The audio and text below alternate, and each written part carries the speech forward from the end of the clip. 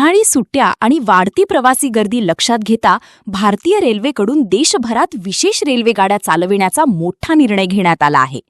Railway प्रशासनानं यंदा तब्बल 1484 विशेष गाड्या जाहीर केल्या असून मुंबई, पुणे, लोकमान्य टिळक टर्मिनससह अनेक प्रमुख स्थानकांवरून या गाड्या धावणार आहेत.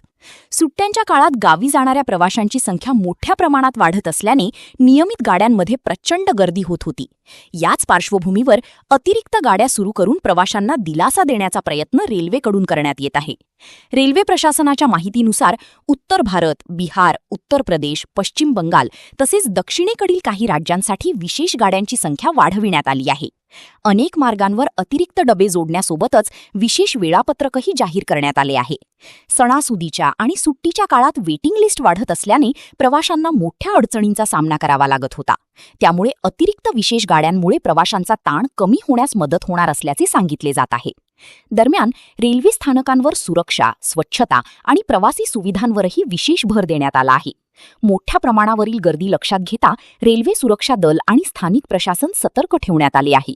ऑनलाईन आरक्षण, अतिरिक्त तिकीट काउंटर आणि प्रवासी नियंत्रण यंत्रणाही सक्रिय करण्यात आली आहे. उन्हाळी विशेष गाड्यांमुळे लाखो प्रवाशांना दिलासा मिळणार असून रेल्वे प्रशासनाच्या दृष्टीने ही मोहीम महत्त्वाची मानली जात आहे.